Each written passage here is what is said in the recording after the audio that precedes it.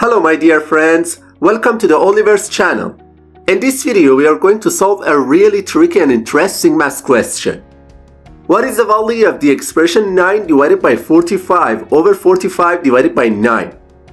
Which option do you think is the correct answer to this question? At first glance, this might seem like a very simple problem, but it actually confuses around 95% of people. Let's dive in and break it down step by step together. Many people, when they first look at this expression, notice the two 9s that I have highlighted in blue, and immediately assume they cancel each other out.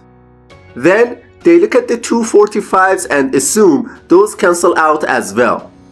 Eventually, they reduce the whole expression to 1 divided by 1, which equals 1. And without thinking twice, they quickly say that option A must be the right answer. But that's actually incorrect. Now let me explain step by step how to solve this expression. First, we'll write this expression in the following form.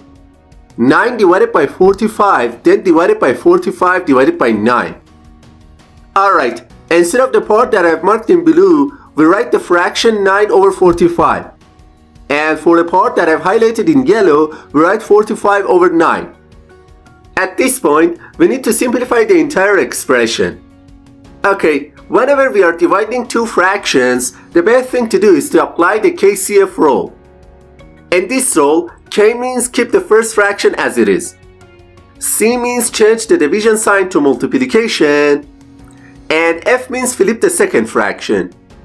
So, we replace the part that I've highlighted in yellow with 9 over 45 multiplied by 9 over 45. Now we can write this fraction as follows. 9 times 9 over 45 times 45.